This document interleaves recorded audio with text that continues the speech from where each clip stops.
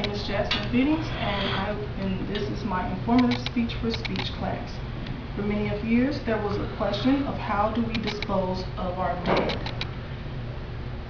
Majority of Americans would rather embalm their bodies and place into a cemetery. There are many different types of disposition, but today I will only be going over embalming and how to do a standard embalming.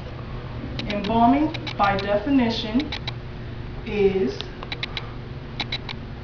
the process of chemically treating a dead human body by the presence of and growth of microorganisms, retard organic decomposition, and retain and restore acceptable physical appearance. How you would embalm a body is first you have to protect yourself. You will have to use gloves, respirator, goggles, and a union all or a coverall. Then you must analyze the body. By analyzing the body, you will just simply look at the body and decide what kind of chemicals you need and what kind of utensils you'll be needing to embalm the body. Today we'll just be doing a standard embalming.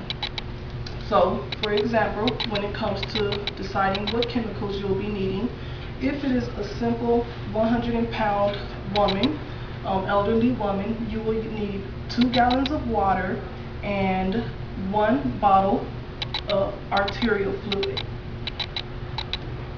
For a more heavier set man, for example, you would probably need to say he's about 300 pounds. You will need 4 to 6 gallons of water and about 2 bottles of arterial fluid. After you have decided what you need to embalm the body, you will put the chemicals and the water into an embalming machine, and then you will start to make sure that it mixes. While you're waiting for it to mix, you will wash the body. When you're washing the body, the 2 most important things is hot water and bleach. Anything after that, it is really up to you on what you want to use. While washing the face, you have to make sure you wash the mouth, the nose, and the eyes. While closing the mouth, there are many different types, but I prefer just the maxillary closure, and that's when you get string. You will go up through the upper lip, through the nose septum, and back down the lower lip. Then you will hook it underneath the inside of your lower lip, and then tie it off. And you have to make sure there's no puckering. If there's puckering, then you've tied it off too much. Also, when it comes to your closures, you must use an eye cap to make sure that the eye keeps its shape, because when you pass away, the eye will flatten. Once you have done this, then it is time to embalm. You will use a scalpel and make an incision right above the collarbone, and then you will raise the common carotid artery and the jugular, and you will make a V-shaped incision on the jugular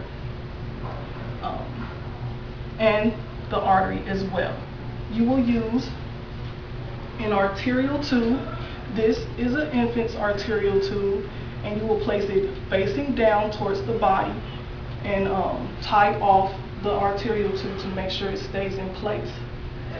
And then you will start the machine. You need 80% of the chemicals to be pumped into the body while facing down.